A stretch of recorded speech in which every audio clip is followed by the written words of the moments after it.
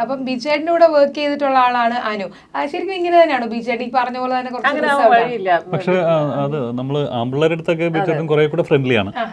ഞാൻ അയ്യപ്പനും കോശിയുടെ ലൊക്കേഷൻ ആദ്യം കാണുമ്പോൾ ഒരുപാട് നാളത്തെ പരിചയമുള്ള പോലെയാണ് നമ്മുടെ അടുത്തൊക്കെ ഇങ്ങോട്ട് വന്ന് സംസാരിക്കുന്നതും പെട്ടെന്ന് ഫ്രണ്ട്ലി ആവുന്നതും ഒരു ഷൂട്ടിംഗ് കഴിഞ്ഞിട്ടുള്ള സമയങ്ങളിലൊന്നും കൂടുന്നതും ഒക്കെ ഭയങ്കര എളുപ്പമായിരുന്നു. നമുക്ക് ആ ഒരു ഭയങ്കര സീനിയർ ആർട്ടിസ്റ്റിൻ്റെ അടുത്ത് സംസാരിക്കുന്ന ഒരു പേടിയോ ഒന്നും തോന്നിപ്പിക്കാത്ത രീതിയിലുള്ള ഒരു ബിഹേവിയറും ഒക്കെയാണ്. അതുകൊണ്ട് ഭയങ്കര രസമാണ് ബിജുവിൻ്റെ വർക്ക് ചെയ്യാൻ. ഞാൻ വർക്ക് ചെയ്യുന്ന 3ാമത്തെ സിനിമയാണ്. വലിയ സന്തോഷം. ഈ ഹക്കീമിലേക്ക് വരുമ്പം ഹക്കീമിന്റെ ഒരു കഥാപാത്രങ്ങളുടെ ഞാൻ ശ്രദ്ധിച്ച് കേൾക്കണം. ഞാൻ നോക്കിയപ്പോഴേ ചേച്ചി ദൈവം ഞാൻ പറയുന്നത് അതിൽ പ്രശ്നമുണ്ടോ? ഹക്കീമിലേക്ക് വരുമ്പോ ഹക്കീമിന്റെ കഥാപാത്രങ്ങളുടെ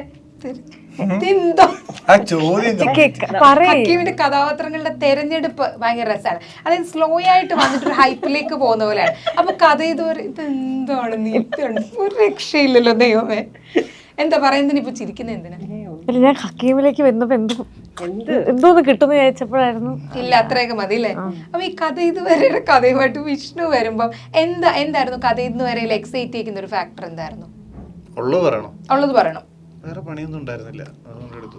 സെലക്ട് ചെയ്തതല്ല സത്യമായിട്ട്.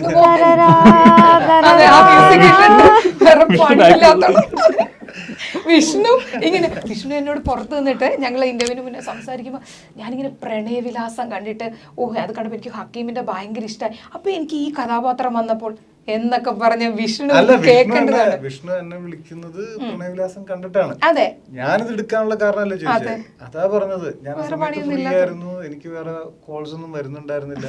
ഞാനത് 3-4 മാസം വെറുതെ ഇരിക്കുകയായിരുന്നു. അപ്പോഴാണ് വിഷ്ണു എനിക്ക് കഥ കൊണ്ടുവരുന്നത്. സംഭവം നല്ല സബ്ജക്റ്റ് ആണ്. എനിക്ക് ആകെ 7 ദിവസത്തെ ക്യാരക്ടറേ ഉള്ളൂ. എനിക്ക് ക്യാരക്ടറിന് പേര് പോലും ഇല്ല. എന്നിരുന്നാലും എനിക്ക് കാസ്റ്റിന്റെയും ക്രൂവിന്റെ ഇത് കേട്ടപ്പോൾ തന്നെ ഞാൻ ഭയങ്കര എക്സൈറ്റഡ് ആയി. ഞാൻ എന്തായാലും ചെയ്തു. ഞാൻ എന്റെ സ്റ്റോറിയുടെ കുറച്ച് മാത്രമേ കേട്ടിട്ടുള്ളൂ. എനിക്ക് സ്ക്രിപ്റ്റ് എന്താണെന്ന് പോലും അറിയില്ല. ഞാൻ അവിടെ ചെന്ന് കഴിഞ്ഞിട്ടാണ് സ്ക്രിപ്റ്റ് വായിക്കുന്നത്. അതാണ് ശരിക്കും പറഞ്ഞത്. അല്ല ഞാനത് സെലക്റ്റീവായി എൻ്റെ ക്യാരക്ടറിന് വേറൊരു ഗ്രോത്ത് കൊടുത്ത് ഞാൻ പറഞ്ഞ ആ ഒരു പ്രോസസ്സ് അല്ല എന്നുള്ള രീതിയിലാണ് പറഞ്ഞത്. വേറെ പണിയില്ലായിരുന്നു. അല്ലെങ്കിൽ എന്തെങ്കിലും ഇപ്പൊ നമുക്കൊരു വേറെ പണിയില്ലെങ്കിൽ കൂടിയും സിനിമ എന്ന് പറയുമ്പോൾ എനിക്കറിയാം, ഞാൻ ഹക്കീമിനെ നേരത്തെ ഇന്റർവ്യൂ ചെയ്തിട്ടുള്ളതുകൊണ്ട് തന്നെ ഭയങ്കരമായിട്ട് സിനിമയെ സ്നേഹിക്കുന്ന ഒരാളാണ്. നമ്മളെ എക്സൈറ്റ് ചെയ്യുന്ന എന്തെങ്കിലും ഒരു ഫാക്ടർ കഥ ഇന്ന് വരെ ഉണ്ടാവില്ലേ? അല്ല അതാ പറഞ്ഞത്. എനിക്ക് ടീമിനെ ഭയങ്കര പ്രോമിസിങ് ടീമാണ്. ഈ കാസ്റ്റ് ഭയങ്കര രസമായിട്ട് എനിക്ക് തോന്നി. എന്നോട് പറഞ്ഞിട്ട് ഇതൊക്കെയാണ് കാസ്റ്റ്, ഇതൊക്കെയാണ് ഇതിന്റെ രീതി, ഇതൊക്കെയാണ് പരിപാടി എന്ന് എന്നോട് പറഞ്ഞു.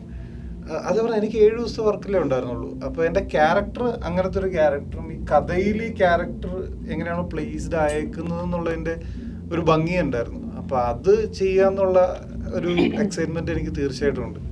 അതുകൊണ്ടാണ് ഞാൻ എടുത്തത്.